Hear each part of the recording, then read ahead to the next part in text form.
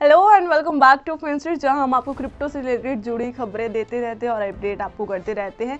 तो एक ट्वीट है बालाजी का जो काफ़ी दिनों से काफ़ी चर्चों में आ रहा है, जिसमें उन्होंने बोला है कि 90 दिनों यानी कि 90 डेज में जो बिटकॉइन का प्राइस है वो $1 मिलियन तक पहुंच जाएगा। अब जो ये नंबर उन्होंने बोला है वो अपने आप में ही काफ़ी बड़ा है और लोगों के लिए अनडाइजेस्टेबल हो गया है। इस कारण एक चर्चा का विषय बन गया है। लोगों ने मीम्स बनाने शुरू कर दिए कि ऐसा भी भला होता है कि बिटकॉइन का प्राइस जो है 90 दिनों में $1 मिलियन तक पहुंच जाएगा। अब कितनी सच्चाई है इस बात में और कैसी ये प्रेडिक्शन जो करी है उन्होंने, ये सच होगी या नहीं होगी, उसके बारे में चर्चा करेंगे। पर उसके पहले हम थोड़ा जान लेते हैं थोड़ा बालाजी के बारे में और आखिर उन्होंने ऐसी प्रेडिक्शन क्यों करी है। बालाजी के बारे में अगर हम बात करें तो बालाजी जो कि सीटीओ रह चुके हैं कॉइन बेस के, बड़ी बड़ी जो कंपनीज है लगभग उन सब में उन्होंने इन्वेस्ट कर रखा है। वेब3 के वो एक काफ़ी बड़े लार्ज इन्वेस्टर है, साथ ही वो ऑथर भी है एक बुक के द नेटवर्क के, उनका पॉडकास्ट भी आता है। और इसी के साथ साथ उन्होंने जो अपनी डिग्री है वो स्टैनफोर्ड यूनिवर्सिटी से कर रखी है। तो ये तो जो है बालाजी के बारे में हो गया, यानी कि वो काफ़ी चर्चों में रहे हैं। इससे पहले भी जब उन्होंने अपने पैनाडेमिक के बारे में जो है प्रेडिक्शन करी थी, यानी कि जो कोरोना काल आया था और जब वो इतने फेज पे नहीं पहुंचा था, यानी कि लॉकडाउन वगैरह नहीं लगा था, तब इन्होंने प्रेडिक्शन करी थी। तब इन्होंने ऐसे ही बोला था कि ऐसा स्टेज आने वाला है, यानी कि लॉकडाउन लगेगा। तो भी उसके 2 महीने पहले ही उन्होंने बोल दिया था और 2 महीनों के बाद अक्सर एक्चुअल में ऐसा हुआ था कि जो बॉर्डर्स है वो बंद कर दिए गए थे, लॉकडाउन लग गया था, लोग घरों में रहना शुरू हो गए थे और ये जो कोरोना काल है एक पैनाडेमिक के रूप में आ गया था। तो इसके बाद जो इनका भी ट्वीट आया है कि 90 डेज के बाद जो बिटकॉइन है उसका प्राइस जो है वो $1 मिलियन तक पहुंच जाएगा। तो अभी देखिए ये तो नंबर बहुत बड़ा है, इसको एक्सेप्ट करना इट्स नॉट दैट इजी कि $1 मिलियन तक सीधा पहुंच जाएगा। पर आखिर बालाजी ने ऐसा कहा क्यों?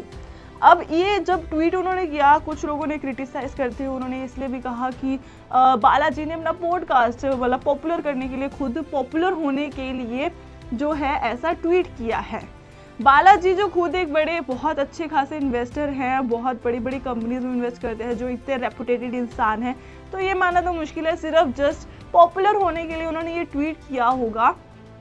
इसके साथ साथ कहीं ना कहीं उन्होंने जो है हमारा ध्यान जो अमेरिका में चल रहा है, जो फेडरल गवर्नमेंट है वहाँ की, उसकी ओर भी करने की कोशिश करिए। क्योंकि जिस तरह हम जानते हैं अमेरिका में जो है 3 बैंक जो है कोलैब कर चुके हैं, सिग्नेचर बैंक हो, सिल्वर गेट बैंक हो, सिलिकॉन वैली हो, हम सब जानते हैं वो कोलैप्स कर चुके हैं। और आखिर ये बैंक कोलैप्स किए क्यों और कैसे, तो इसके बारे में भी थोड़ा हम जान लेते हैं आगे बढ़ने से पहले कि आखिर में बैंक कोलैप्स होता कैसे। तो चलिए एक एग्जांपल के साथ समझते हैं। मान लीजिए आपने किसी भी अपने बैंक में जो है अपने 1 लाख रुपए डिपॉजिट कर रखा है।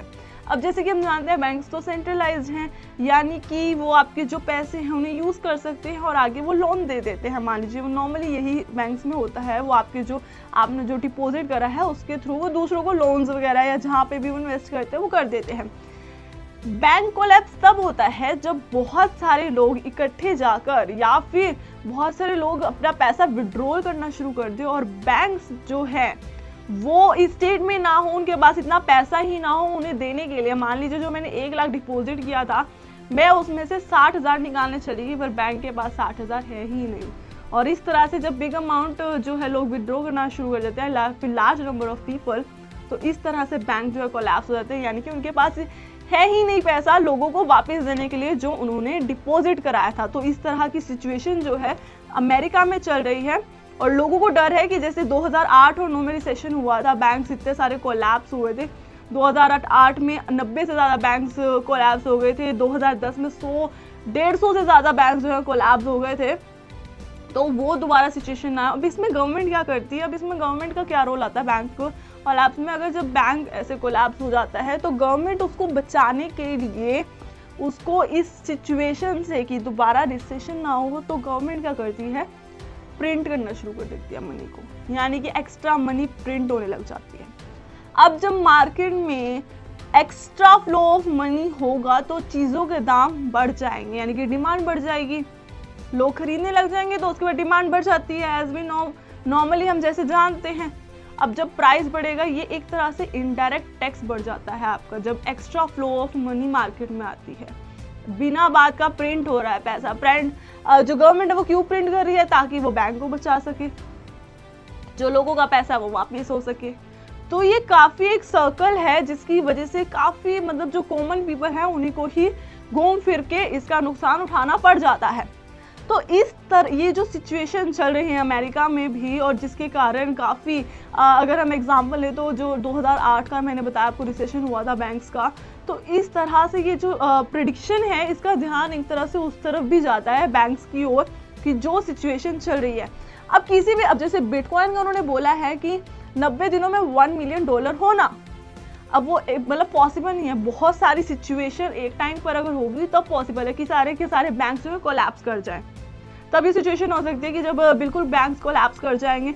और उसी के साथ साथ आप जैसे जानते हैं कि डिजिटल दुनिया हो चुकी है, वो सारे के सारे बैंक्स कैसे कोलैप्स कर सकते हैं। उनका कहने का मतलब बालाजी का इस तरह है कि सारे के सारे बैंक्स कोलैप्स कब कर सकते हैं, क्योंकि डिजिटल दुनिया है। आजकल एक खबर जो है हमें 1 सेकंड में पता चल जाती है, और जब हमें पता चलेगी हमारा जो बैंक है वो कोलैप्स कर गया है, कोलैप्स हो गया है, ठीक है, तो हम फटाफट से अपने पैसे निकालने की करेंगे कि हमारे भी कहीं पैसे डूब ना जाए या फिर कुछ स्टक ना हो जाए। तो हम अपने पैसे, ये खबर जो है आग की तरह फैल जाती है। तो इससे ये रहता है, क्योंकि जिस तरह से 2008 के रिसेशन में एक के बाद बैंक्स जो है कोलैप्स होते रहे थे, तो ये सिचुएशन भी आ सकती है। तो कहीं ना कहीं उन्होंने इस जो ये ट्वीट किया है उसको इधर जोड़ने की कोशिश की है। उन्होंने कोशिश करी है कि हमारा ध्यान जो इस तरफ जो बैंक्स का सिस्टम है उसकी तरफ भी डाइवर्ट हो। बाकी रही बात कि ये जो उन्होंने प्रेडिक्शन करी है, ये ट्वीट किया है, ये सच होता है या नहीं होता है, ये मानना, और मैं अगर पर्सनली भी कहूँ तो ये बहुत मुश्किल है, क्योंकि बिटकॉइन का प्राइस एकदम से $1 मिलियन तक पहुंच जाना, उसके लिए बहुत सारी ऐसी सिचुएशंस जो है एक टाइम पर होनी चाहिए। बालाजी ने जो ये ट्वीट किया है कि 90 दिनों में जो बिटकॉइन का प्राइस है वो $1 मिलियन तक पहुंच जाएगा, तो इन पर जैसे बहुत सारे लोग क्रिटिसाइज कर रहे हैं और कह रहे हैं कि इन्होंने पॉपुलर होने के लिए ये जो ट्वीट किया है। आई थिंक आपको रादर देन ये उनको क्रिटिसाइज करने की जगह आपको ये सोचना चाहिए कि बालाजी ने ये ट्वीट क्यों किया, क्या पर्पस है, और उनका मतलब क्या मोटिव है, कहाँ पे वो आपको डायरेक्ट करना चाहते हैं, किस सिचुएशन की ओर। तो इसके बारे में अगर हम सोचें तो ये एक ट्वीट आपको, आपकी शायद आंखें भी खोल सकता है काफ़ी चीज़ों को लेकर। बाकी प्रेडिक्शन इसके बारे में तो कोई कुछ नहीं कह सकता कि बिटकॉइन का प्राइस एक्चुअल में $1 मिलियन तक होगा या नहीं होगा। बाकी ऐसी और इन्फॉर्मेशन वीडियोस के लिए आप जुड़े रहे फिन स्ट्रीट के साथ, क्योंकि हम अक्सर ऐसे क्रिप्टो से रिलेटेड इन्फॉर्मेशन और अपडेट्स डालते रहते हैं। अगर आप चैनल पे नए हैं तो आप इसे सब्सक्राइब कर सकते हैं और साथ के साथ बेल आइकन पर क्लिक करना बिल्कुल ना भूलें, क्योंकि जब भी हम कोई न्यू वीडियो डालेंगे तो उससे आपको अपडेट मिल जाएगा।